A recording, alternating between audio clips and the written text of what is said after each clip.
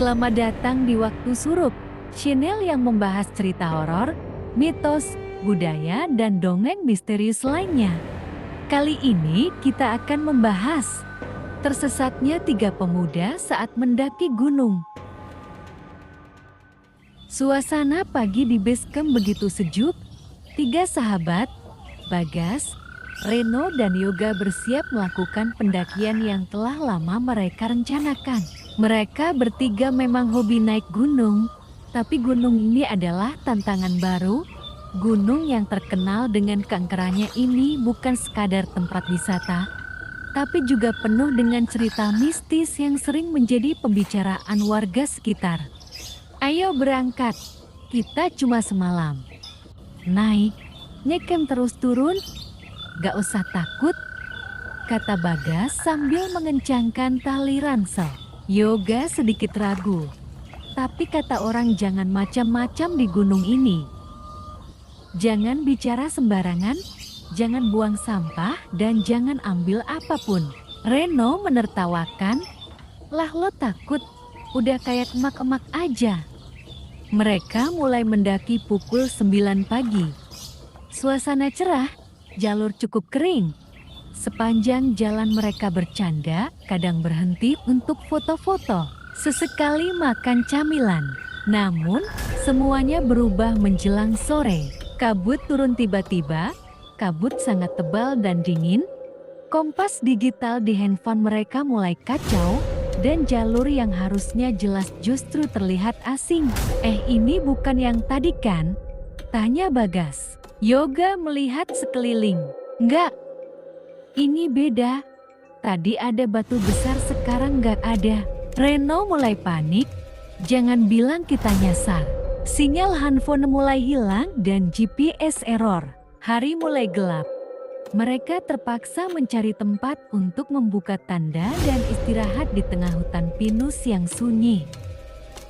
Klik like jika kalian suka video ini. Malam pertama mereka lalui dengan perasaan tidak tenang. Terdengar suara-suara aneh seperti langkah kaki. Kadang suara tangisan samar. Tapi saat mereka nyalakan senter, tidak ada apa-apa. Pagi harinya, mereka putuskan untuk kembali ke jalur semula. Tapi mereka malah makin tersesat. Jalur terlihat berubah-ubah seolah hutan itu menutup mereka dari arah manapun. Sial, kita muter-muter di tempat yang sama, teriak Reno sambil membanting botol minum kosong. Yoga menunjuk ke bekal, kita cuma punya makanan buat sehari lagi. Kalau besok belum ketemu jalan, kita bisa mati kelaparan. Hari kedua mereka habiskan berjalan tanpa arah. Anehnya, matahari seolah tidak bergerak. Mereka merasa waktu melambat dan tubuh mereka mulai kelelahan. Rasa haus, dingin, dan takut bercampur menjadi satu. Malam kedua, suara-suara makin jelas, seperti seseorang tertawa jauh di dalam hutan.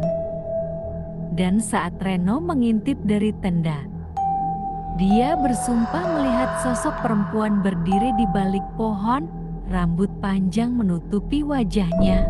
Reno dan Yoga sangat ketakutan, kemudian Bagas menenangkan mereka dan menyuruh mereka untuk segera tidur.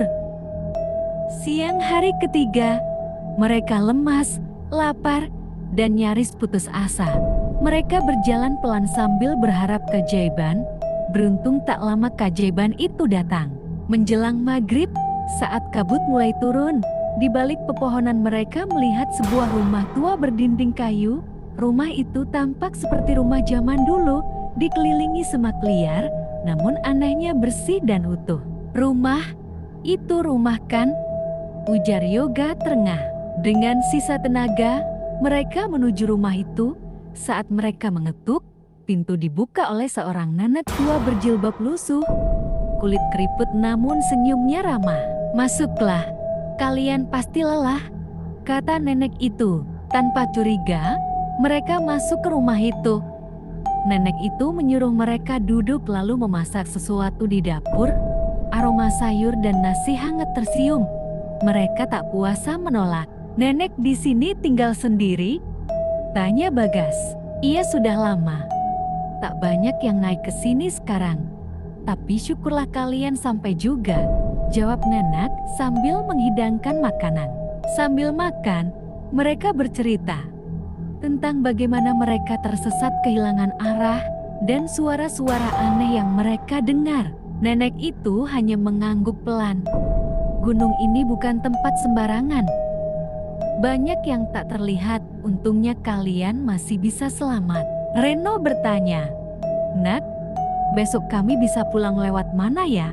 Nenek menunjuk ke seekor kucing hutan yang sedang duduk tenang di pojokan rumah. "Esok pagi, ikuti saja kucing itu. Dia tahu jalan ke desa." Klik like jika kalian suka video ini. Pagi-pagi sekali, mereka terbangun oleh suara kucing mengaum di depan rumah. Kucing itu duduk tenang, menatap mereka seolah menyuruh segera berangkat. Mereka berpamitan kepada Nenek yang sudah berdiri di depan pintu. "Terima kasih banyak ya, Nek. Nenek sudah menyelamatkan kami," kata Bagas. Nenek hanya tersenyum. "Jangan lupa bersyukur ya, Nak. Semoga kalian selamat sampai rumah." Kucing itu berjalan di depan mereka dengan tenang. Arah yang diambilnya berbeda dari jalur semula. Setelah berjam-jam berjalan menuruni bukit dan menyusuri sungai, akhirnya mereka tiba di sebuah jalan tanah. Di kejauhan terlihat atap rumah-rumah warga. "Itu desa, kita selamat," kata Yoga. Beberapa warga menyambut mereka dengan takjub. Ternyata sudah 2 hari tim SAR mencari mereka tanpa hasil. Mereka langsung dibawa ke posko untuk diperiksa dan diberi makan. Pengalaman misterius apa yang pernah kalian alami saat di gunung? Ketik di kolom komentar. Di posko, seorang pria paruh baya yang mengenalkan diri sebagai Pak Wiryo, tokoh desa dan ketua tim SAR lokal duduk bersama mereka. "Bisa ceritakan apa yang terjadi? Kalian hilang selama 4 hari. Kami sudah sisir jalur resmi dan jalur alternatif, tapi tak ada jejak sama sekali," katanya dengan nada serius. Bagas mulai bercerita.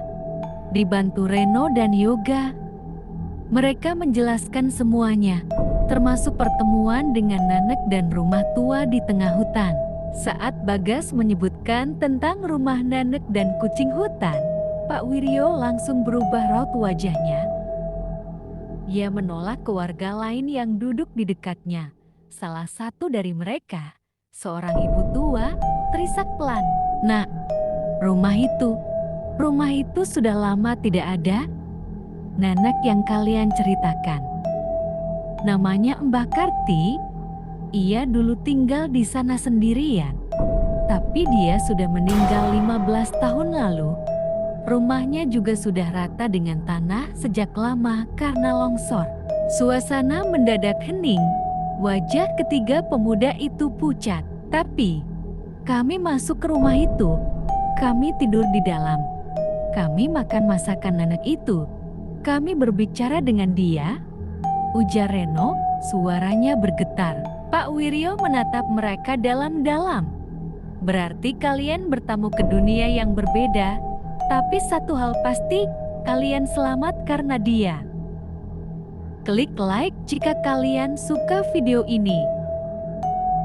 Setelah sehari istirahat kemudian mereka kembali ke kota, ketiganya masih menyimpan rasa tak percaya. Mereka tak bisa melupakan wajah Mbah Karti, rumah tua itu, dan kucing hutan yang menjadi penuntun.